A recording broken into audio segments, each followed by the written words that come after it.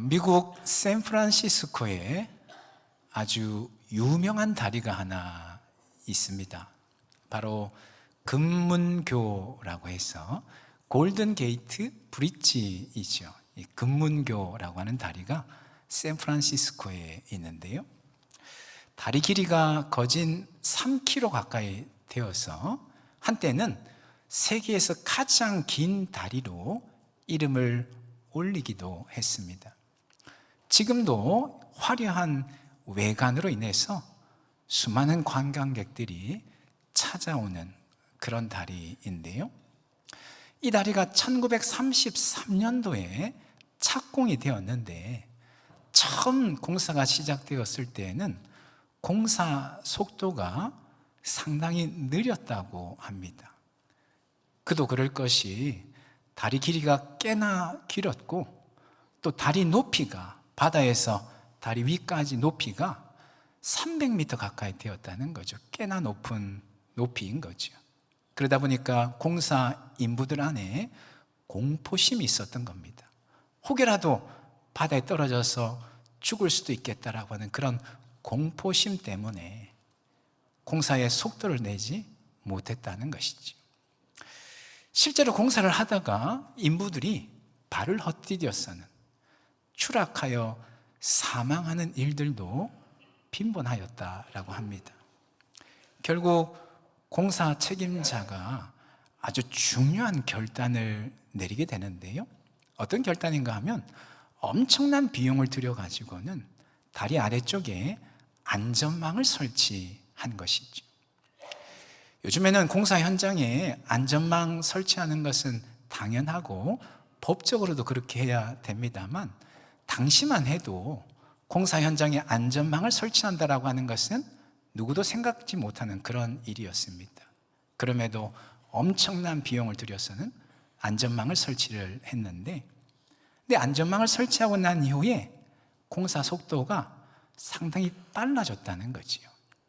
인부들이 안심을 하고는 공사하는 일에만 집중하다 보니까 속도가 날 수밖에 없었던 거죠. 뿐만 아니라 인부가 추락해서 사망하는 일은 더 이상 일어나지 않게 되었다. 그렇게 이야기를 합니다. 여러분, 우리가 계속해서 히브리서 말씀을 살펴보고 있는데요.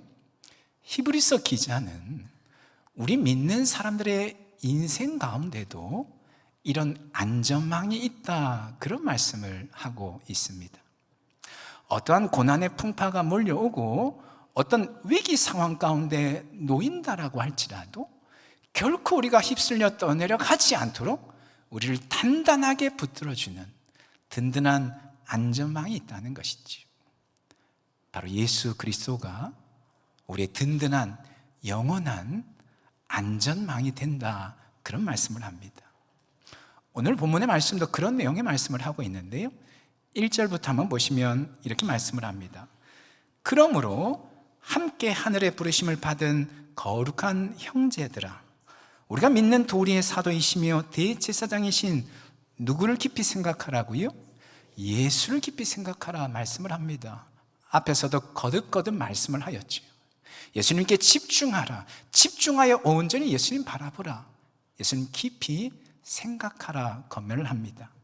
그리고는 예수님의 어떤 면을 깊이 생각해야 되는가? 특별히 예수님의 신실하심을 깊이 생각하라 말씀을 합니다. 2절 말씀에 보니까 이렇게 말씀을 합니다.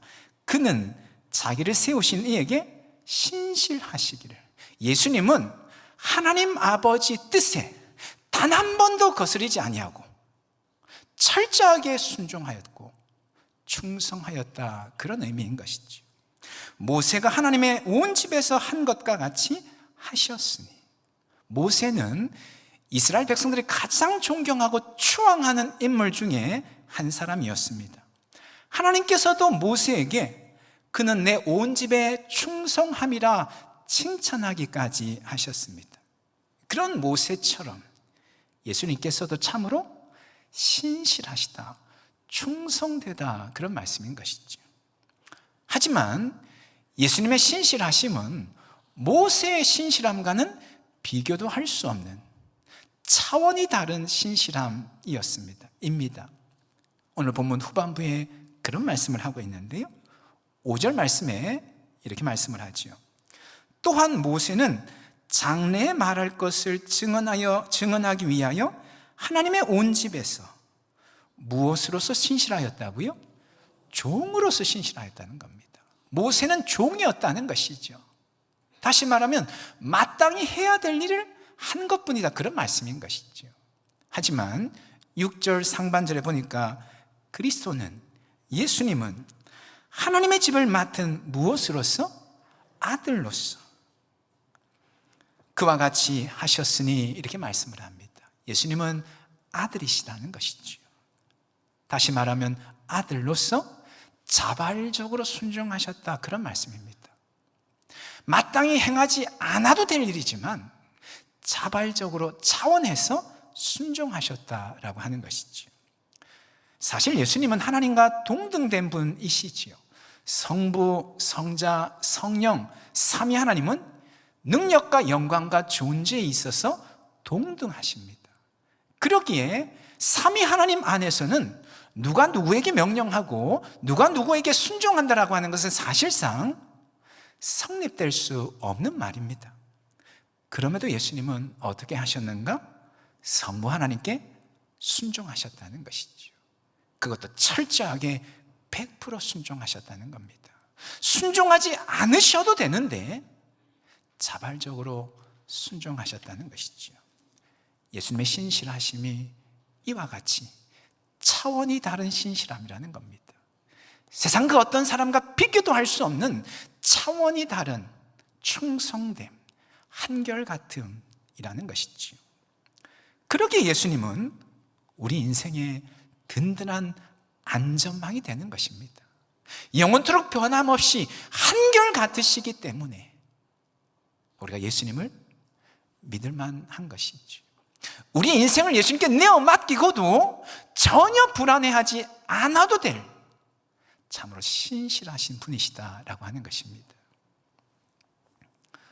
여러분, 어린아이들이, 자녀들이 건강하고 안정감 있게 성장하기 위해서는 무엇보다도 예측 가능한 돌봄이 있어야 된다, 그런 이야기를 합니다. 우리 자녀들이 어릴 때부터 성장하는데 건강한 아이로, 육체적으로 건강할 뿐만 아니라 내면이 건강한 아이, 안정감이 있는 아이로 자라가기 위해서는 예측 가능한 돌봄, 다시 말하면 부모가 일관되게 자녀를 대하고 양육해야 된다는 것이죠. 예를 들어서 어린 자녀가 울고 있는데 어떤 날은 사랑스럽게 안아주다가 어떤 날은 막 화를 내다가 어떤 날은 울든지 말든지 본체도 아니하고 무시한다면 부모에 대한 신뢰감이 그 자녀 안에 형성될 수 없다는 것이지. 그것이 반복되다 보면 불안감이 높은 아이로 자라갈 수밖에 없다는 것입니다.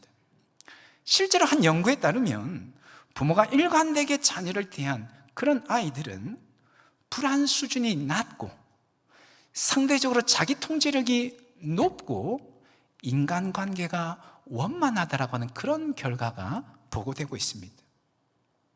여러분, 그런 것처럼 우리가 믿는 예수님은 영원토록 변함없이 한결같이 신실한 분이신데 그 주님으로 인하여서 우리가 믿는 예수님이 그런 분이시기 때문에 우리에게 참된 평강, 안정이 주어지게 된다는 것이지요.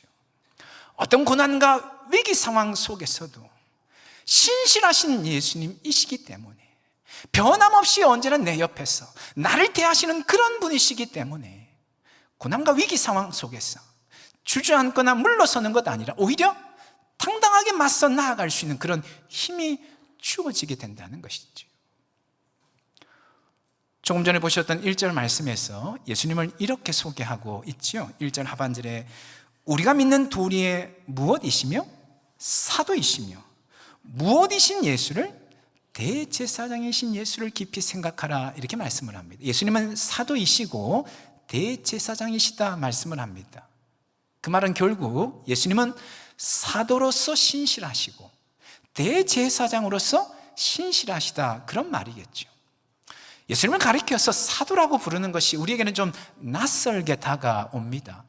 성경에서 예수님을 가리켜서 사도라고 부르는 대목은 오늘 본문밖에 없습니다. 여기에 사용된 사도라고 하는 표현은 보통 우리가 예수님의 제자들을 가리켜서 사도라고 부르는 것과는 좀 다른 의미입니다. 제자들을 향하여 사도라고 부를 때 그것은 직분으로서의 사도이지요.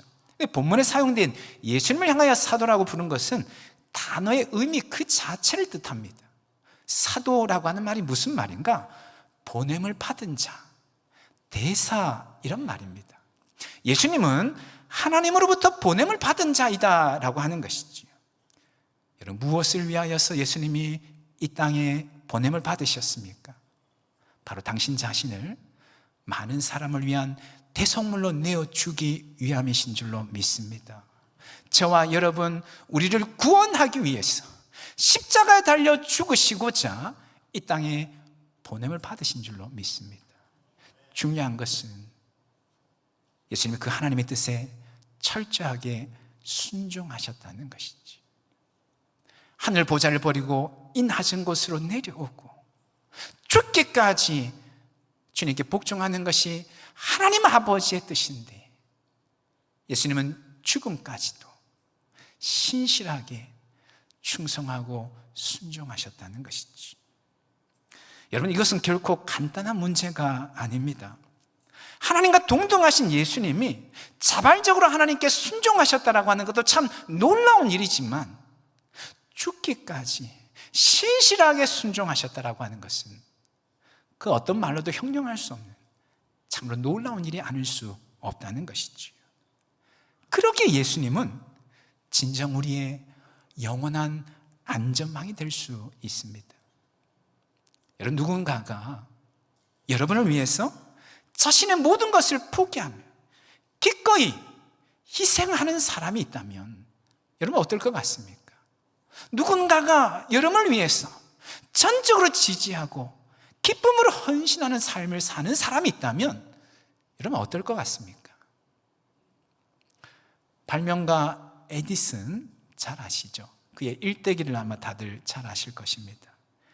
에디슨은 학교에서 심각한 문제아 취급을 받죠. 에디슨이 나중에 자기 전기에 선생님이 자기에게 뭐라고 불렀는지를 쓴 단어가 있는데, 그 단어 의미가 머리가 둔하고 정신이 산만하고 멍청한 아이, 그런 의미의 단어를 썼다는 거죠. 결국 에디슨은 3개월 만에 학교를 그만두게 됩니다. 그런데 에디슨의 어머니 낸시 여사는 그런 에디슨을 포기하지 않지요. 끝까지 지지하고 끝까지 격려합니다. 에디슨이 우리가 아는 것처럼 너무 과한 호기심을 가지는데 결코 낸시 여사는 에디슨의 이 호기심을 억누르지 않습니다. 오히려 격려하고 칭찬하는 것이죠. 그리고는 헌신적으로, 에디슨에게 헌신적으로 대하는데, 집의 지하실을 실험실로 바꾸어서는 마음껏 실험을 할 수 있도록 하고, 또 틈마다 책을 읽어주기도 하고, 에디슨이 하는 일들마다 함께 하면서 지지해주는 그런 일을 하였습니다. 그 결과 세계를 바꾼 위대한 발명가가 탄생하게 된 것이지요. 에디슨도 자기 자서전을 쓰면서 그런 이야기를 합니다. 어머니 때문에, 어머니가 자기를 지지하고 믿어주었기에 지금의 자기가 있을 수 있었던 그런 고백을 하는 것이지요. 여러분, 그런 것처럼 누군가가 나를 위해서 기꺼이 헌신하고 기꺼이 희생하는 사람이 있다면 우리는 이 땅을 살아갈 때 당당하고 힘있게 살아갈 수 있을 것입니다. 여러분, 우리 예수님은 저와 여러분을 위하여서 하늘 보좌를 버리시고 지극히 낮은 이 땅에 기꺼이 내려오신 줄로 믿습니다. 단지 이 땅에 내려오신 것만이 아니라 기꺼이 저와 여러분을 위하여서 십자가 죽음까지도 능히 받아들이신 줄로 믿습니다. 그것이 하나님 아버지의 뜻이기에 예수님 철저히 순종하셨는데, 우리가 믿는 예수님이 그런 분이시기에 우리가 이 땅을 살아갈 때 당당하게 살아갈 수 있는 것 아니겠습니까?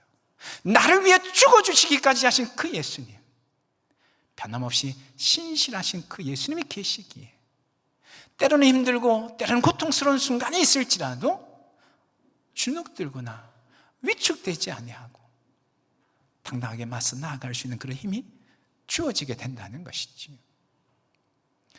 뿐만 아니라 예수님은 대제사장으로서 참으로 신실하신 분이십니다. 여러분, 대제사장이 어떤 일을 하는 사람입니까? 백성들의 죄를 대신 짊어지고 하나님 앞에 나아가는 그런 역할을 하죠. 특별히 1년에 한 번 대속죄 이래 이스라엘 민족적 국가적인 차원에서 이스라엘 백성들 전체의 죄를 짊어지고 하나님 앞에 나아가서 죄를 속하는, 해결하는 그런 역할을 합니다. 예수님께서 바로 그러신 분이라는 것이죠. 대제사장으로서 우리의 죄와 우리의 연약함을 짊어지시는 분, 그것도 한두 번 그렇게 하시는 것이 아니고 영원토록 변함없이 늘 우리 곁에 계시면서 우리의 연약함, 우리 인생의 짐을 대신 짊어져 주시는 신실한 대제사장이시다라고 하는 것이죠.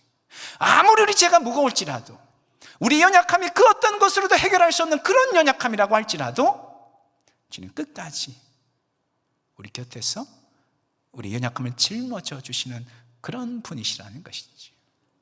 심지어는 우리가 하나님 외면하고 하나님으로부터 멀어져 있는 그 순간조차도 주님 변함없이 그렇게 행하시는 분이시다라고 하는 것입니다. 제가 신학대학 다닐 때 몹시 방황했던 시기가 있었다, 두어 차례 말씀을 드린 적이 있는데요. 신학대학 다니면서 한 2년 정도 교회 방학을 제가 해봤습니다. 그래서 우리 성도님들 중에도 방황하시는 분 조금 내면에 이해가 되는 부분도 없지 않아 있습니다만, 근데 제가 다시금 돌아오게 된 계기가 있는데, 그 계기가 뭐냐 하면 바로 이 주님의 신실하심 때문입니다. 어느 순간 문득 정신없이 방황하고 있는데 어느 순간 문득 내 옆에 주님이 계시는 것이 어렴풋하게 느껴지는 겁니다.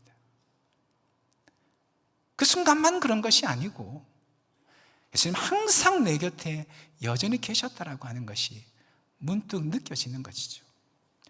정신없이 방황하는 그 순간도, 주님 안 계신다고 부정하면서 그렇게 소리쳤던 그 순간조차도 주님 결코 내 곁을 떠나지 않으시고 묵묵히 내 곁에서 함께 하셨다라고 하는 것이 느껴지는 겁니다. 그것이 느껴지고 나서 제 안에 조금씩 변화가 일어나는데, 주님에 대한 마음이 다시금 생겨나고 주님을 향한 마음이 조금씩 열려져서 결국 다시 원래 자리로 돌아오게 된 것이지. 그 당시에 막 인터넷이 막 보급될 때였거든요. 그래서 사람들마다 이메일 주소를 만드는 것이 유행같이 그렇게 같았을 때였습니다. 저도 이제 제 이메일 주소를 만드는데 아이디를 뭘로 할까 고민하다가 이렇게 아이디를 정했어요. 카리티라고, 헬라어인데요, 은혜로서라고 하는 말입니다. 카리스의 역격 형태인데요, 은혜로서라고 하는 그런 이메일 아이디를 정하였습니다. 제 마음 안에 그런 마음이 있었던 거지요. 모든 것이 하나님의 은혜입니다. 내가 주님 부정하고 주님 외면하고 오히려 주님을 반역했는데 그 순간조차도 주님은 변함없는 은혜로 나를 붙들어 주시는군요. 그런 마음에서 카리티라고, 은혜로서, 이렇게 보통 카리스라고 하는 아이디는 많이 쓰는데 이 역격 형태는 잘 안 쓰거든요. 지금도 그 아이디를 제가 쓰고 있습니다. 여러분, 그런 것처럼 우리 안에 너무나도 실망스러운 모습이 있을지라도, 때로는 심지어 주님을 외면하고 주님을 반역하는 그 순간조차도 주님 우리를 외면하지 않으시고 여전히 우리 곁에서 신실하게 우리 연약함을 붙드시고 짊어지고 계신다라고 하는 것이죠. 그렇게 그 주님이 우리의 영원한 안전망이 되지 않으시겠습니까? 우리를 지탱해주고 버텨주시는 단단한 버팀목이 될 수 있지 않겠습니까? 다만 우리는 그 신실하신 예수님 꼭 붙잡아야 될 줄로 믿습니다. 변함없이 나를 사랑하시고 한결같은 모습으로 나를 대하시는 그 주님의 신실하심, 어떻게든 꼭 붙잡는 것이 우리에게 요구된다는 것이지요. 조금 전에 부모가 일관되게 어린 자녀를 대해야 된다, 그런 말씀을 나누었는데요, 아이의 입장에서 한번 좀 생각해 볼 필요도 있을 것 같아요. 자녀의 입장에서도 부모가 아무리 일관된 모습으로, 좋은 모습으로 어떻게든 자녀를 잘 양육해야 되겠다는 그런 마음으로 자녀를 대할지라도 어린 자녀가 그런 부모를 외면한다면 여러분 어떻게 되겠습니까? 부모가 정말 자녀를 잘 대하기 위해서 속에서 막 부글부글 끓어올라도 어떻게든 참고 성자의 마음으로 자녀를 품으려고 하는데, 자녀는 그런 부모에 대해서 관심이 없고 자기 마음대로 한다면 여러분 어떻게 되겠습니까? 물론 실제로는 그런 일은 없습니다. 어린 자녀는 늘 부모를 찾기 마련이죠. 늘 부모가 자기 옆에 있기를 원해합니다. 오히려 부모가 너무 힘들게 느껴질 정도로 자녀는 지독하게 부모를 찾습니다. 잠시라도 눈에 보이지 않으면 금세 울음을 터뜨리고, 낯선 사람이 안아줄 낳치면 금세 불안해하고 울음을 터뜨리죠. 여러분, 부모의 일관됨이 자녀의 성장에 좋은 영향력으로 미치지만 자녀의 입장에서 생각해 보게 될 때에 자녀도 그만큼 부모를 늘 찾고 부모를 꼭 붙잡아야 하지만 부모의 선한 영향력이 자녀에게로 흘러갈 수 있다는 것이지. 여러분, 마찬가지이지 않겠습니까? 우리 예수님 영원토록 변함없이 신실하신 분이신데, 우리가 아무리 연약하고 우리 죄가 아무리 무거울지라도 여전히 우리 곁에서 우리를 짊어져 주시는 그런 분이신데, 중요한 것은 우리가 그 신실하신 주님을 붙잡아야 된다는 것이죠. 그 예수님 곁에 머물러 있어야 된다는 것이죠. 예수님의 신실하심 어떻게든 붙잡아야 된다는 것입니다. 그래서 히브리서 기자는 오늘 본문을 시작하면서 먼저 예수를 깊이 생각하라고 권면하고 있는 것이죠. 깊이 생각하라. 자세히 바라보고 오래도록 바라보고 항상 바라봐야 된다는 겁니다. 예수님을 자세히 바라보고 오래도록 예수님 바라보고 항상 예수님 바라봐야 된다는 것이죠. 그래야 우리 안에 예수로 충만해져야 된다는 겁니다. 그럴 때 예수님의 그 차원이 다른 신실함이 우리의 삶에 능력으로 나타날 수 있는 것이겠죠. 설교를 시작하면서 금문교에 안전망 설치하는 이야기로 시작을 했는데요, 그 안전망을 설치하고 난 이후에 실제로 19명의 인부가 공사하다가 다리를 헛디뎌 가지고 추락했다고 합니다. 그런데 이 19명의 인부 중에 단 한 사람도 목숨을 잃지 않고 모두가 다 살 수 있었다고 합니다. 그래서 이 사람들이 자기들을 가리키는 독특한 표현을 사용할 정도였다는 거예요. 뭐라고 자신들을 불렀냐면 죽음 문턱까지 갔다 온 사람들의 모임이다, 이렇게 불렀다는 거예요. 죽음 문턱까지 갔다가 그 안전망으로 인하여서 다시 살아온 사람들의 모임이라는 것이죠.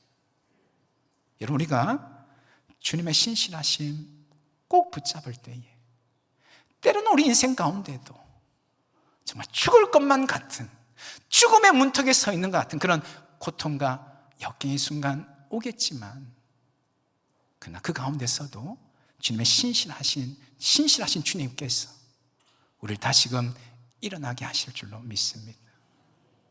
중요한 것은 우리가 예수님 깊이 생각하는 것이지, 집중하여 주님 바라보고 우리 안에 예수로 충만케 살아가는 것입니다. 그럴 때에 주님의 그 신실하심, 그 충성스러움이 우리 삶의 능력으로 나타나게 될 줄로 믿습니다.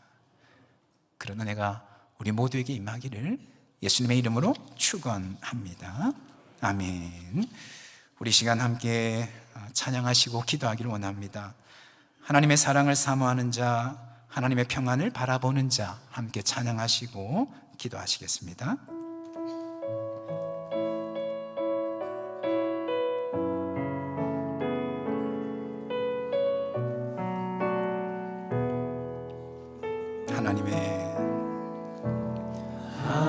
하나님의 사랑을 사모하는 자, 하나님의 평안을 바라보는 자, 너의 모든 것 창조하신 우리 주님이 너를 얼마나 사랑하는지 하나님께 찬양과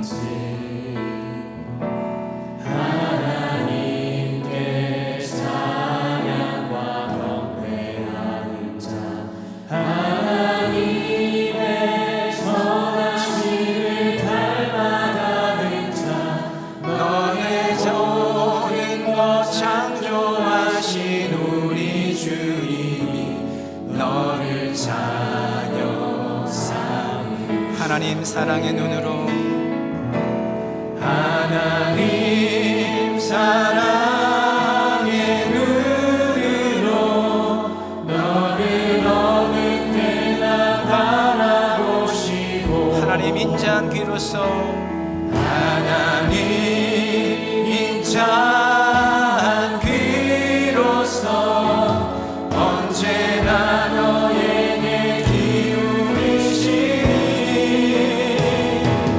어두움에 밝은 빛을 비춰주시고 너의 작은 시름에도 응답하시니 너는 어느 곳에 있든지 주를 향하고 주만 바라보. 다시 한번 찬양하시겠습니다. 하나님의 사랑을 사모하는 자, 하나님의 사랑을 사모하는 자, 하나님의 평안을 바라보는 자, 너의 모든 것 창조하신 우리 주님이 너를 얼마나 사랑하시니 하나님께 찬양과 하나님께 찬양과 경배하는 자, 하나님의 선하심을 닮아가는 너의 모든 것 창조하신 너의 모든 것 창조하신 우리 주님이 너를 찬양하사 하나님 사랑의 눈으로 하나님 사랑의 눈으로 너를 어느 때나 바라보시고 하나님 인자한 귀로서 하나님 인자한 귀로서 언제나 너에게 기울이시니 어둠의 밝은 빛 비추시고 밝은 빛을 비춰주시고 너의 작은 신음에도 응답하시니 너는 어느 곳에 있든지 주를 향하고 주만 바라보. 하나님 사랑의 눈으로 하나님 사랑의 너를 어느 때나 바라보시고 어느 때나 바라보시고 하나님 인자한 귀로서 하나님 인자한 귀 언제나 너에게 기울이시니 나 너에게 기울이시니 어두움에 밝은 빛을 너의 작은 신음소리에도 너의 작은 시름에도 응답하시니 너는 어느 곳에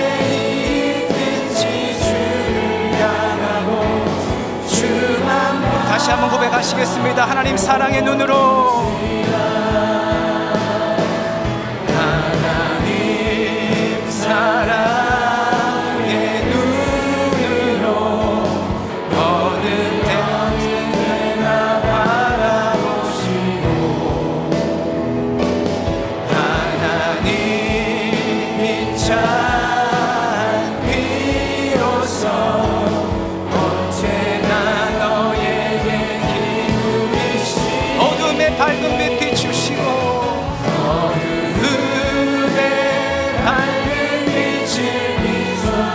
너의 작은 신음에도 응답하시는 하나님. 아멘. 너는 어느 곳에 있든지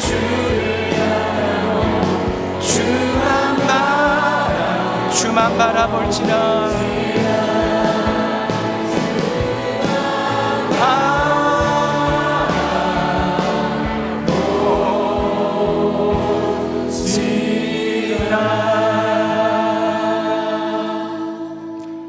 우리 말씀 붙잡고 함께 기도하기를 원합니다. 우리 주님 신실한 분이시라 말씀을 합니다. 사도로서 대제사장으로서 죽기까지 하나님 아버지 뜻에 순종하심으로 바로 나를 위해서 죽으시고 지금도 여전히 내 곁에서 나의 죄와 나의 연약함들, 나의 어찌할 수 없음을 주님 짊어지시고 주님 하나님 앞으로 나아가시는 그 주님, 그 주님이 내가 믿는 하나님이고 내가 믿는 주님이고 나를 구원하신 예수님이심을 잊지 않게 하시고 주님 매일 삶 속에 주님을 깊이 생각하고 주님을 온전히 바라보며 나아갈 수 있도록 주님, 우리가 어떤 형편 상황 속에 있을지라도 나 혼자가 아님을 기억하게 하시고 그 주님으로 인하여서 담대하게 살아갈 수 있도록 주님 인도하여 주시옵소서. 우리 신 말씀 붙잡고 함께 기도하며 나가기를 원합니다. 기도하시겠습니다. 하나님 아버지, 주님 역사해 주시옵소서. 신실하신 주님, 영원토록 변함없이 나를 사랑하시고 내 삶을 인도하신 하나님 아버지, 지금도 사랑의 눈으로 나를 바라보시고 인자한기로서 나에게 귀를 기울이신 하나님 아버지, 나의 조그만 신음소리 하나까지도 놓치지 아니하시고 응답하신 하나님 아버지, 그 주님이 나를 구원하신 예수님을 주님 잊지 않게 해주시고 그 주님이 지금도 내 삶 가운데 함께 하시며 영원토록 변함없이 나를 붙드시고 인도하심을 믿음으로 온전히 바라보며 주님 나아갈 수 있도록 하나님 인도하여 주시옵소서.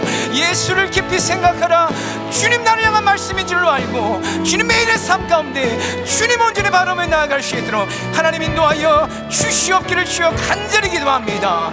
주님 기가 막힐 웅덩이 가운데 있을지라도 신실하신 주님, 나를 떠나지 아니하시며 내 삶 가운데 함께 하시기에 주님 오늘 그 주님 의지하며 믿음으로 일어나며 주님 담대히 나아갑니다. 오 주님 다스려 주시옵소서. 하나님 함께 해주시옵소서. 주님 역사하여 주시옵소서. 주님 다스려 주시옵소서. 하나님 붙들어 주시옵기를 주여 간절히 기도하오니 주여 주여 역사해 주시고 하나님 함께하여 주시옵소서.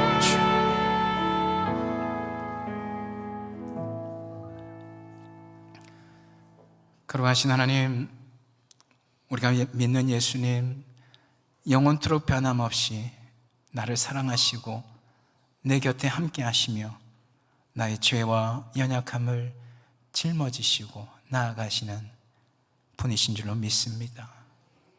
오늘도 믿음의 눈 열어주시어서 그 주님이 내 곁에 계심을 온전히 바라보게 하여 주시고 나의 어떠함과 관계없이 여전히 나를 사랑하시고 나를 붙드시는 그 주님, 오늘도 의지하며 나아갈 수 있도록 주님 인도하여 주시옵소서.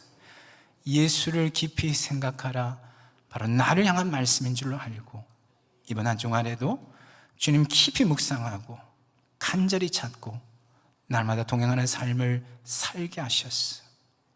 그 차원이 다른 예수님의 신실하심이 우리 삶의 놀라운 능력으로 나타나는 이 한 주간의 삶이 되게 하여 주시옵소서. 오늘도 그 믿음을 담아서 귀한 예물을 하나님께 올려드립니다. 우리 예물과 우리의 마음, 우리 예물을 통하여 우리의 마음과 정성 받으시고 우리의 믿음의 고백과 삶의 고백 또한 주님 받아 주시옵소서. 사랑 우리 모든 성도님들의 가정 인생마다 이번 한 주간에도 주님 은혜로 함께하여 주시옵시되 필요한 것 부족함 없이 넉넉하게 채우시고 인도하여 주시옵소서. 특별히 하나님, 베네수엘라 땅에 강진으로 인하여서 실종자가 수만 명이라고 합니다. 지금 골든타임 중이라고 하는데 하나님, 실종자를 빨리 찾게 하여 주시고 그 땅을 주님 긍휼히 여겨 주시어서 속히 복구되고 회복될 수 있도록 은혜를 더하여 주시옵소서.